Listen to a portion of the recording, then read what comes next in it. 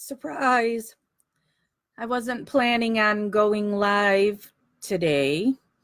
I just got off the phone with Steven. So that's why I'm popping on. Because I'm lazy and it's easier for me to do it in a live than to type everything up. So Steven just gave me a call and I talked to him about the calls that just came out yesterday. So he had heard about them. Somebody else had told him that they were out, but he didn't know much about them. So I was filling him in about what we heard on those calls. We do have the link posted in Gossip on where you can go listen to them for yourself, that they're on Reddit. And I did a live last night on Stephen Avery Project. It's 2.5 hours long because it's a lot of calls. The calls go from October 28th through December 5th. And hey, Zoe.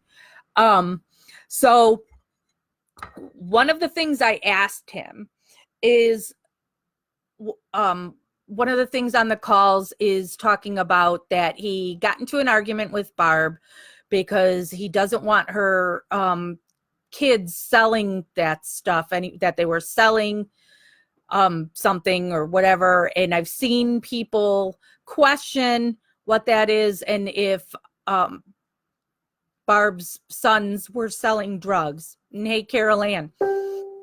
Oh, damn, Carol Ann. Carol Ann, I'm going to visit Stephen tomorrow. So if you have questions, let me know. And I'll get those questions to Stephen, and then I'll do live after my visit with Stephen tomorrow and can get you those answers, since you're doing a whole bunch of investigating of stuff. But anyway, back to what I was saying there is, so I know people were assuming that the kids were like selling drugs or something like that. And Stephen said, no, it was Bobby would take parts off of cars and sell them. So that's what he was pissed off about. And that Stephen, because I told Stephen so much of those calls, and I know Carol Ann has been giving you guys a breakdown of it today in Gossip, and thank you so much, Carol Ann, for doing that. Because like I said, it is 2.5 hours of stuff. But I said, in my opinion, this helps his case, all these other things in there, because you hear things like, that's actually because I just talked to Stephen that my account is only got $6 on it now, and I have to put more money on my account notification. So here he is saying that he doesn't want anything remotely illegal or whatever around him, so it's pissing him off that Bobby is selling that stuff, so taking parts off of the cars in the yard and selling them at school. So that's what he's referring to in that. I told him how, oh my God, Jody is just a miserable bitch, that almost every call she's complaining about this or that or the other. And I said, I told him how, again, I think this works in his favor, that she's bitching that she doesn't like some chick in prison and she's gonna hit her. And Stephen's like, no, tell an officer. And then I told him how they were talking about some $1,100 bill that Jody had, and Stephen wants it paid. And Jody had said, well, just let it go into collections and we can make payments on it. And Stephen's like, no, I want my bills paid. He doesn't do that. And what he said to me on the phone was, yeah, that's not how he was raised. You pay your debts. So, he is made out to be such a monster. And when you listen to those tapes, it's, really, this is somebody who's just murdering some random person. And then I brought up too, Carol Ann, how you had pointed out on the call that is the day before Teresa was there, that he's talking about wanting to go to Crivets, but he had to fix a vehicle. And that Steven's like, I'm always fixing cars. And I know, but I'm telling him, but it's going to show for people who will claim that he, this was a premeditated, that he lured Teresa there. Well, he was saying he wanted to go to Crivets. So why is he wanting to go to Crivets if he's planning on murdering some random chick? Carol Ann, he actually comes off as the sane one. Yeah. And then I told him too how you have Jody who, flip-flops and now talks about how Steven's guilty, but you hear her on there with the calls that go into December and such, or she clearly knows that Steven is set up and says so.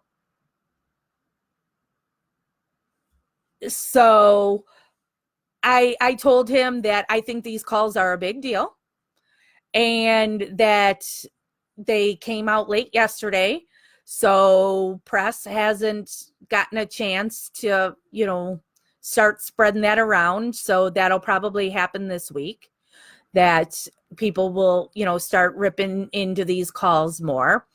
And it's something that, and I know people aren't going to like to hear this, because I know people who watched Making a Murderer put Strang and Buting up on a pedestal. Steven's furious with them because there was so many things that Steven told them to do and they didn't do it. And so I said to him, why are we just hearing about these calls with Jody now? Why wasn't these calls with Jody a big deal during his trial? Because it absolutely shows things like Barb lying about when she was with Scott. And he says it's things that he would say to them, and they would say, no, the state already did it. So same thing with, he had told Strang and Buting, he told Buting to get Bobby's computer. And the answer was the state got it. What? Why are you just going off of whatever the state says? You need to do your own investigating, not just going off of what the state did. Zoe says they're arguing for 2 calls if she said after work or after lunch. Geez, yeah, I know that one was. Jody is who Steven was dating at the time that Teresa Halbach went missing. Jody was in jail for a DUI. Oh, and other people have explained who it is. Carol Ann says only 7 of those audio files were given to Strang and Buting. We saw 12. Yes. So, and why? Because you can tell that there's, like Carol Ann has said in her posts in Gossip today, that you can tell that there's other calls that we don't even have. So, Steven is not happy with Strang and Buting, and Strang and Buting have an event here in Chicago on Friday, and Drizzen and Nyrider are part of it. And so is Barry Scheck, who founded the Innocence Project and was one of O.J. Simpson's lawyers. And Buting messaged me today and said that he and I would have time to talk, just the 2 of us on that. And so I said to Steven, what would you like me to say to Buting? And he said, ask him why he didn't do the things I asked him to do. So he says, how many are there in total? There were 12 that I saw last night when I was doing it. And there's more, but they're not out. I don't know if they'll be coming out. So, Stephen just kind of, he laughs about, he's just always got except for that one call I had with him when he was angry, he's just in a good mood, and you going over those calls. And he says he believes the prison break that night was on for 2 hours, but it doesn't matter if it was on for 2 hours or 1 hour, it would be on from 7 to 9. And he is saying to Jody at 9:20, she's leaving again. Her Suburban doesn't have time to get cold because she's always leaving. And I told him how, he said something about it's always Scotty, Scotty, Scotty. And he said, yep, it was always Scotty, Scotty, Scotty. Carol Ann says there has to be a heat more. They spoke just about every day, sometimes more than once a day. Yeah. And Carol Ann says 7 p.m. to 9 p.m. Yeah. So Prison Break was 2 hours, and Prison Break was actually filmed. I'm in a Chicago suburb, and Prison Break was filmed here. There's an old prison in Joliet. That's also where the Blues Brothers filmed the prison scenes, is at that prison here in Joliet, not far from me. Not that matters. Zoe says, damn, you answered all the questions I wanted to ask. Will the recordings come out, and when? Katie says, what is your opinion on who killed Teresa? I'm so confused about who did this. It's Bobby Dassey. Everything points to Bobby Dassey with an assist by Scott Taddock. Whether or not Scott was a part of the murder, the cleanup, or the cover-up, don't know. The thing that I'm most curious about is, what is Barb's? Because I really don't want it to be that Barb willingly let Brendan take the fall for Bobby and Scott, because that's a horrible thing for a mother to do. So, but I believe that Bobby had an obsession with Teresa, that Stephen has talked about that before, that when Teresa had been there in the past to take pictures of vehicles, Bobby would always notice that she had been there and would comment about Teresa. Then you have the computer that the state covered up that has all this sick, disgusting things on it, that has women and children being tortured and killed. You had what all was on there. Since Carol Ann's on here, she'll remember more than I will on that stuff, because she seems to be an encyclopedia of the case. But there was Teresa Halbach's name was Googled on there, right? And DNA was Googled. And the pictures of women, there were women that looked similar to Teresa. So you have all that. You have that Bobby has lied about her seeing Teresa go towards the trailer, but now we've had Barb post that she asked Bobby, and Bobby said he saw Teresa leave.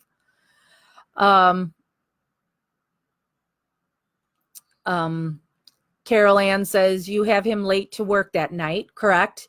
Yeah, so Bobby showed up, was it 2 hours late to work that night?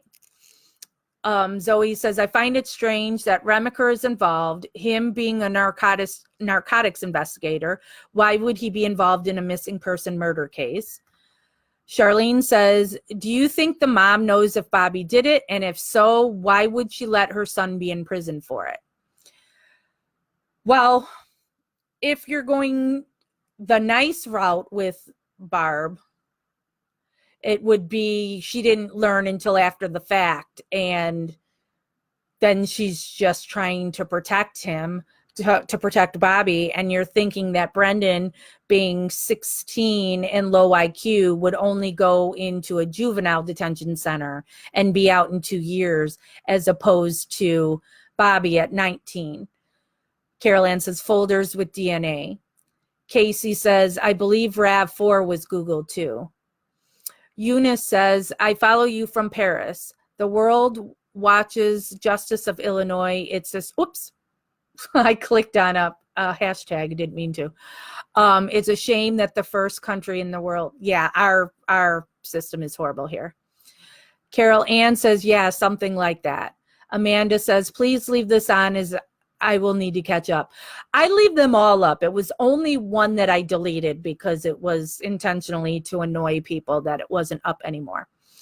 Zoe says, could they have something connected with drugs on them and that's why they are lying? Barb was arrested for marijuana right at that time. And it was Scott's pot, as far as I know. I recall, and maybe Carol Ann or Zoe, because Zoe, you're pretty knowledgeable too. So I believe what happened is Barb got busted with the pot, and then she was, that went away with her help on the other stuff. So, but what Stephen said to me that he was referring to in those calls with Jody is that Bobby would steal parts off of the cars in the salvage yard and then sell them at school. Or at the school, because Bobby wasn't in school at that time, right?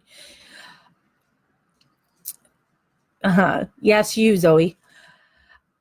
So it was an interesting call to go over those calls with him. I asked him, because I was originally going to go visit him this weekend, but there's a whole bunch of people in that area, and so didn't know if he would want me to come. And so he said, yeah, that he had told the other people that I would be coming on Sunday. So I guess I'm going to visit Stephen tomorrow. So if you guys want to make a thread in here in gossip, not in this video, but in gossip, if there's questions you want me to try and ask tomorrow. Obviously, I can't put stuff out that would that shouldn't be out there. You know, there are times that Stephen tells me things that I can't put out, but stuff pertaining to these calls that were just released, I think that's not something that would be messing up his case if we talked about those. So do your homework too and go listen to those calls. Carol Ann says, I have two theories as to why she lied, either to give Scott an alibi or to distance herself from the alleged crime scene while a body was burning. In other words, she and Scott colluded with law enforcement. Yeah. And Zoe says, could they have made a deal with law enforcement that they were blackmailed? Well, there's all this interesting things that happen around that time. Is that, you know, Scott always has a lot of unemployment debt and medical debt, and stuff got paid off, even though they had claimed bankruptcy, and then they bought a house. So, I mean, and they have a mortgage on the house, so it's not like they paid cash and, you know, but, you know, there's something with them in law enforcement. What exactly it is, we don't know. Bridget is saying, so sorry, I just joined. What is going on with the calls? The calls were released yesterday. Somebody FOIA'd, Freedom of Information Act, the calls between Stephen and Jody. Jody was his girlfriend at the time that Teresa Halbach went missing. And Jody was in prison for another DUI. And so when you listen to these calls, you find out that Barb has lied about when she was with Scott Tadek. She said that she and Scott watched Prison Break. It was Barb was at work, and then after work, Scott picked her up. They went to Green Bay to go visit Scott's mother in the hospital.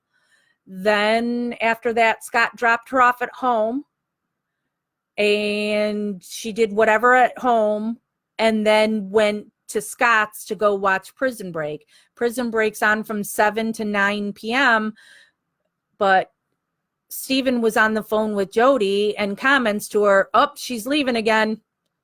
9:20 that her car was leaving. So prison break is over. And they had testified that they weren't watching a recording of it. They were watching it live. So it's not like it's a DVR. Oh, another thing I asked Stephen. He was talking to Jodi on a landline, not a cell phone. He said from jail, so I don't know if it's a jail prison thing or if it's just from that time, Jodi could only call landlines. So he had to be home, or she would call, his mom's house or, the house in Crivets. But it was always a landline. So, because I know that's something people have said too, thinking if he's on a cell phone, he could have been driving and going anywhere. He was on his landline, which, he had a cordless phone, so he, could be out in his yard, but he also isn't then able to drive, he's not in the back of the salvage yard. He's not going to have that kind of distance on a cordless phone, landline. So those calls are to a landline, not a cell phone. So I thought that was a big thing. Dano, says, does Barb have any sort of relationship with Stephen at the moment? No, there's no relationship with Stephen at the moment. But on a prior call, I had asked Stephen about how he had sent a Christmas card to Barb, and it also had Scott's name on it. And, and this is when, well, not when, but we had not that long ago when the call between Barb, Scott, and Stephen was released, and Scott saying all the nasty shit to Stephen, why would he send a Christmas card? And it's Stephen just going, because it's Christmas and she's family. So,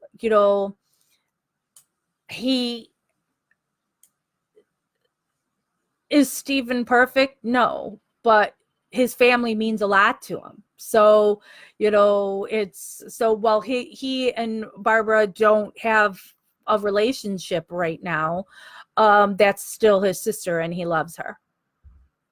So, but he doesn't want to be in prison for somebody else's crime, no matter who that is.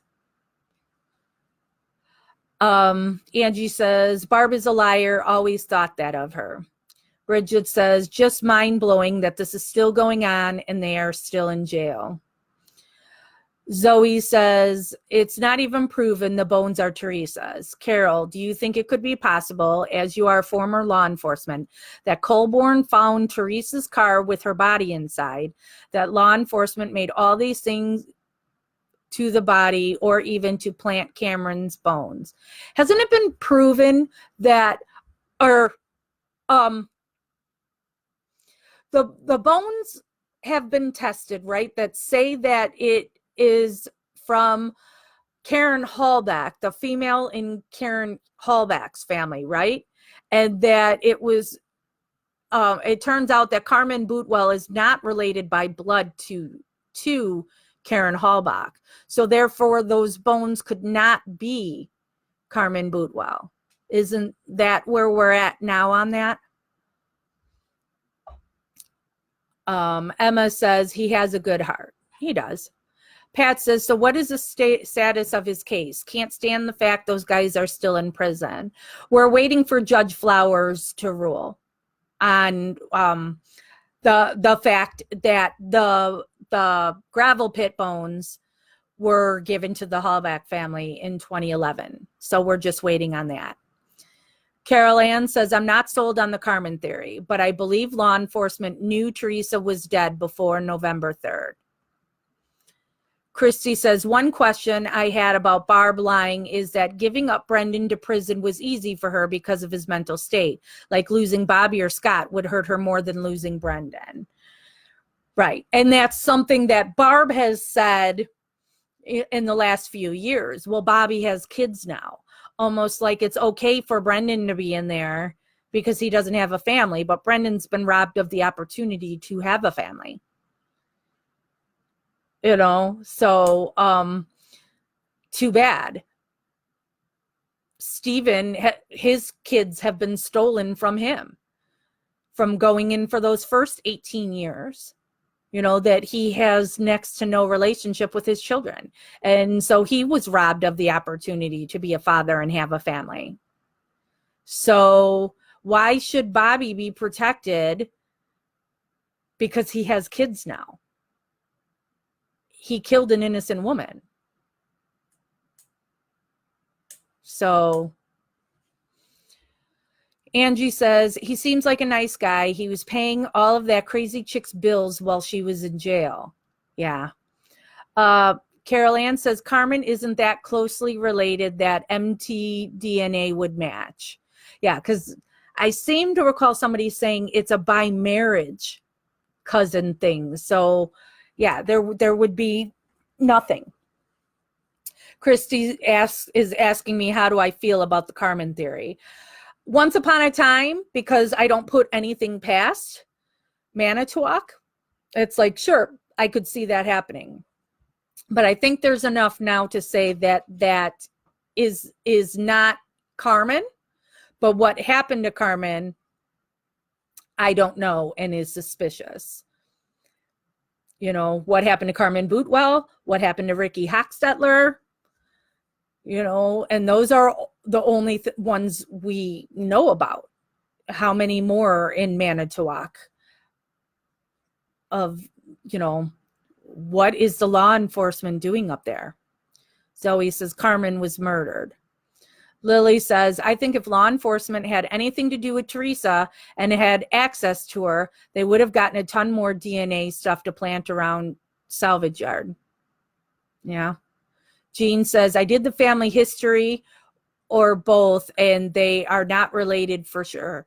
Jean, do you have like a family tree all like drawn up or whatever? Because it would be great then if you posted it in Gossip, because I've known at one time all these, because it's so bizarre on how intermeshed so much of this stuff is there. And so I've known stuff and forgotten it. So if you have something you could post, make it its own thread. Don't post it in here where it'll just get lost. I would be fascinated to see what you have on the family histories. Angie says, it's awful. Can't understand why she would let her son take the fall. Straight up bitch. I feel horrible for Brendan. Angie says, these guys need to be freed. Zoe says, was mtDNA made? Carol Ann could probably answer that. But I thought something I just, it's in my head that some bone was tested, and all it's ever said is that it is similar to the female line in Carol Hallbach's family. I don't think did anything ever come back that it was for sure Teresa. That's why I always say this is when Teresa went missing, because do we know for sure, you know, what's happened with Teresa? Is it all just, alleged? Jill says, because it's Bobby and her husband. Yeah. Zoe says, can we trust the big hair lady? Yeah. You can't trust Sherry Culhane at all. Martin says, Colborne helped frame him with that car. Why did he call and ask dispatch 2 days before the car was found asking about it? It makes no sense. I agree. Bridget says, what's the Carmen theory? So Carmen Bootwell is a girl around the time of Teresa's disappearance who allegedly overdosed at her home.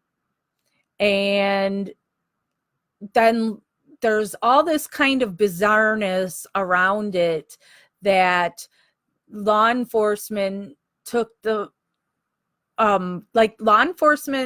body and they cremated the body without getting the family's knowledge or consent, and they said they'd cover the cost of that. And I've never really delved into Carmen, because it's like I've got so many other things, that I can't. So I am not really knowledgeable on Carmen Bootwell or Ricky Hochstetler. I only know basics about it. But so there are people who think that Carmen Bootwell's remains, since law enforcement had taken her body, and that's what they used to frame Stephen with, that what was found isn't Teresa at all, but Carmen. Earl says, I think the body was originally hidden by Bobby. Then police got Bobby to lead them to the body. Then police burned the body. Well, Earl, and this is something I'm confused by, and maybe somebody can explain this to me. So Kathleen Zellner did a recreation of a way that Bobby would have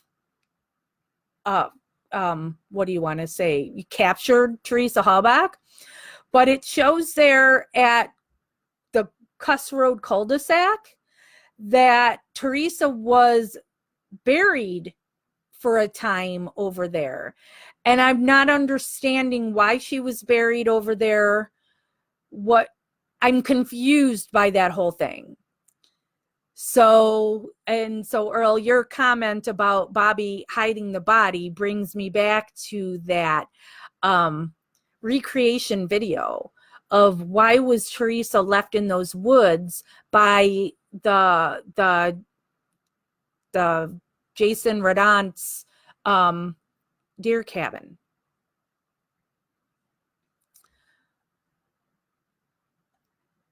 Oh, Jean says, I do. It's on Ancestry. Well, share the link if you can.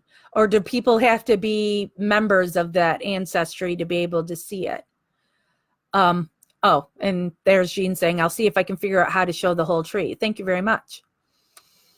Dano says, I wonder how Mama and Pops Avery feel about Bobby knowing what they know from Kathleen. They're not kept in the loop on things. You know, they're not on the internet. They're not following any of this stuff.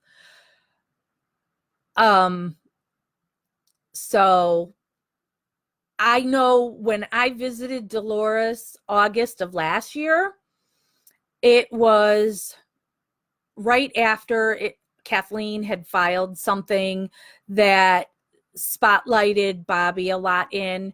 And so I had mentioned something to Dolores about it because I just remember seeing from like Making a Murderer that Kathleen goes and will like give the filings to Dolores. So she has copies of them. So like I assumed, you know, and that's on my bad, that Dolores would know these things, but she didn't know. She didn't know this stuff about Bobby. So I'm going to guess she doesn't have any idea that stuff.